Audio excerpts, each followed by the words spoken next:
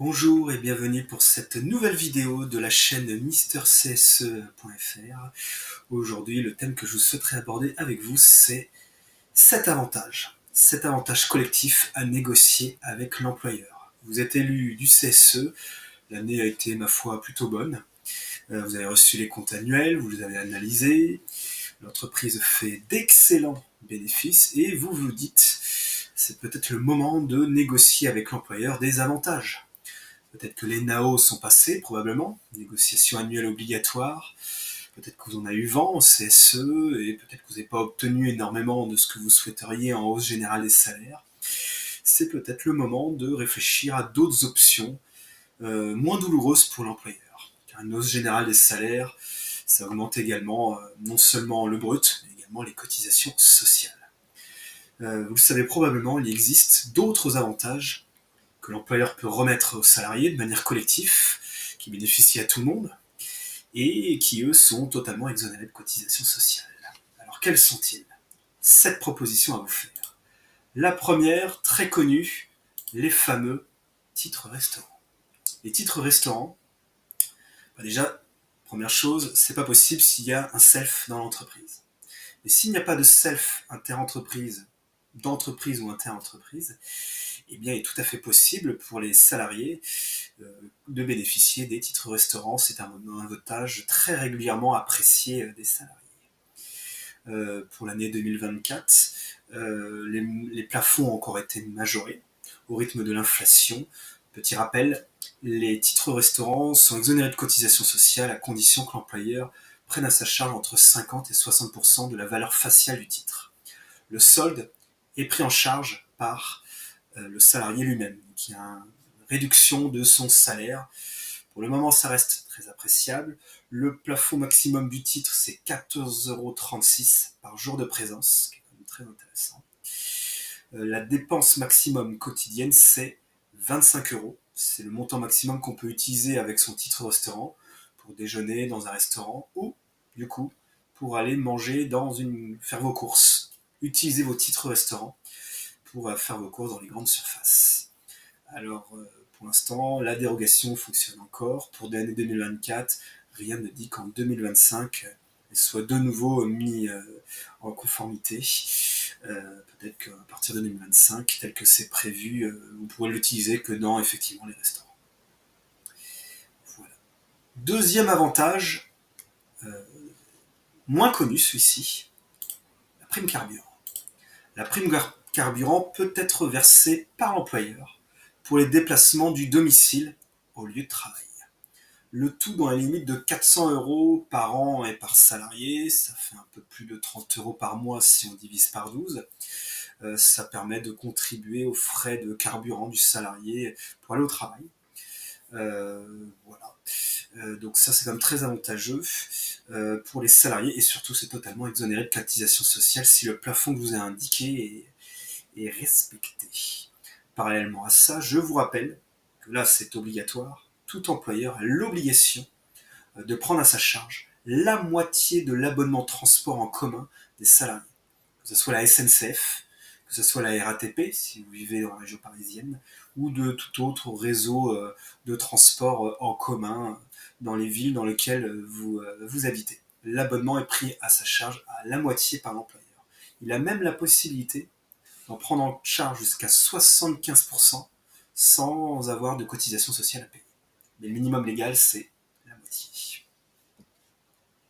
Troisième idée, le forfait mobilité durable.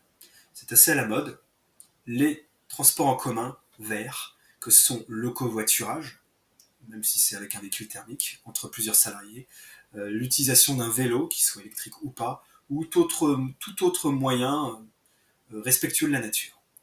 Et bien là, l'employeur a la possibilité de verser jusqu'à 800 € par an aux salariés, en exonération de cotisation sociale. En tout cas, 800 € quand c'est cumulé avec la prise en charge d'un abonnement de transport en commun, évoqué ci-dessus. Sinon, le maximum est fixé à 700 €. 4. Les fameuses primes collectives. Il y en a 2 que je voudrais évoquer avec vous, voire 3 même. La prime de participation, très connue, obligatoire la participation au résultat de l'exercice s'il y a plus de 50 salariés.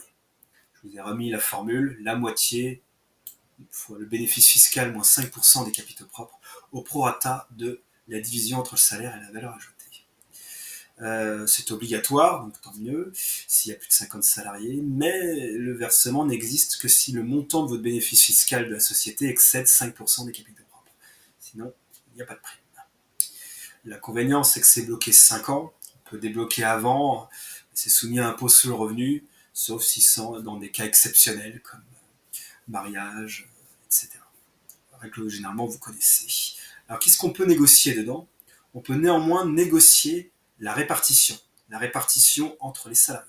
Il y a un accord d'entreprise pour ça, et au prorata des salaires, ça peut se faire, la répartition des RSP au prorata des salaires, au prorata du temps de présence, ou la même chose pour tout le monde. Alors l'inconvénient de le prorata des salaires, c'est que c'est pas très équitable. Quand on est CSE, on cherche généralement plus d'équité. Donc finalement, généralement, on essaie d'aller vers la même chose pour tout le monde ou au prorata du temps de présence, notamment pour ceux qui sont temps plein ou temps partiel. Voilà là-dessus. Cinquième proposition que j'ai à vous faire, la prime d'intéressement. Ça ressemble quand même beaucoup à la participation dans l'esprit, et c'est totalement facultatif. Ça existe également en fonction d'un accord d'entreprise, la plupart du temps, si l'employeur peut désormais la faire de manière complètement unilatérale. Dans l'esprit, c'est un accord d'entreprise avec une formule négociée, formule de performance, qui ne doit pas avoir pour conséquence que la prime soit versée chaque année. Il faut arriver à un certain critère de performance, que ce soit en performance de qualité, en quantité, en niveau d'activité de chiffre d'affaires. On peut tout imaginer. Voilà, l'accord d'entreprise prévoit également le versement des primes, les modalités de calcul de la prime et la modalité de répartition entre les salariés, de la même manière que pour la participation. Comme pour la participation, c'est bloqué 5 ans, sauf exception. Qu'est-ce que j'allais vous dire d'autre? Que toute la difficulté est de trouver un accord sur la bonne formule. Mais l'avantage pour l'entreprise, c'est que ça n'est à verser que lors des bonnes années. 6. La plus récente, la fameuse PPV, prime de partage de la valeur. Vous avez probablement entendu parler. On l'appelle également, dans le jargon, la prime Macron. Elle est née pendant la période des Gilets jaunes. À l'époque, c'était 1 000 € maximum par an, par salarié, en totale exonération de cotisations sociales et d'impôts sur le revenu. D'ailleurs, c'est exonéré de cotisations d'impôts sur le revenu aussi. Les 5 premiers points sont également exonérés d'impôts sur le revenu. Pareil pour la participation et l'intéressement, sauf si vous en faites un déblocage anticipé en dehors des cas prévus par la loi.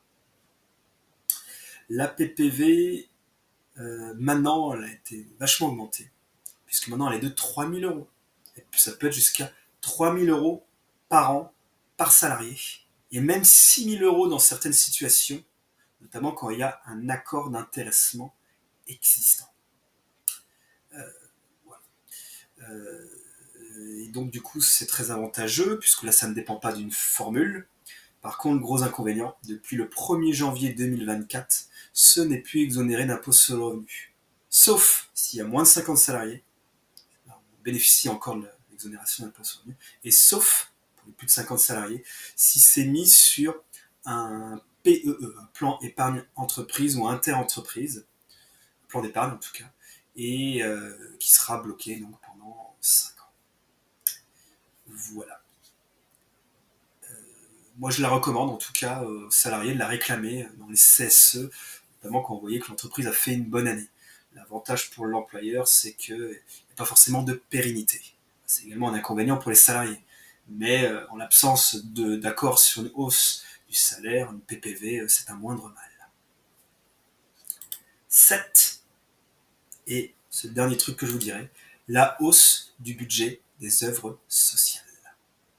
La hausse du budget des œuvres sociales, c'est quoi? C'est une hausse du budget vous savez que le CSE a 2 budgets dont il bénéficie dans les boîtes de plus de 50 salariés. Le budget de fonctionnement qui est de 0,2% de la masse salariale, lui il est prévu par la loi, et le budget des œuvres sociales, qui lui fait l'objet d'un accord entre l'employeur et le CSE. S'il n'y a pas d'accord, c'est l'employeur qui décide. Seule protection pour le CSE, ce taux-là ne peut pas baisser d'une année sur l'autre. Donc, une des bonnes solutions pour le CSE, c'est d'essayer d'augmenter ce budget. Moi, avec l'expérience que j'ai de formateur, je vois que dans les PME qui font entre 50 et 300 salariés, souvent les moyennes que je vois tournent autour de 0,5, 0,6. Mais les écarts sont immenses. J'ai déjà vu du 0,1, 0,2, comme j'ai déjà vu du 1,2, 1,3 de la masse salariale. Ça peut vraiment beaucoup varier. Donc si votre taux est largement en dessous de 0,5, 0,6, sachez-le, par rapport aux moyennes que font les différentes entreprises qui ont un CSE, vous avez largement une fourchette de négociation. Sachant que pour l'employeur, c'est assez avantageux. Ce versement-là est déductible de l'impôt. C'est une charge. Ça réduit l'impôt sur la base imposable à l'impôt sur les bénéfices. Et en plus, pour les salariés, ça sera exonéré de cotisation sociale. Donc, si le CSE reverse ça aux salariés sous forme de carte cadeau, de chèque vacances, il y a des plafonds pour le carte cadeau. Pour les chèques vacances, il n'y a pas de plafond, donc c'est encore plus avantageux. Et là, du coup, on bénéficie complètement de l'exonération de cotisation sociale. Voilà pour ça. Voilà les 7 propositions d'avantages pour les salariés que le CSE peut proposer. Voilà ce qu'on peut négocier avec l'employeur. Vous pouvez toujours me poser des questions, notamment sur ma chaîne YouTube, donc notamment sur le lien de la chaîne YouTube ou encore sur le forum mrcse.fr. Et moi, je vous souhaite une excellente semaine et à bientôt.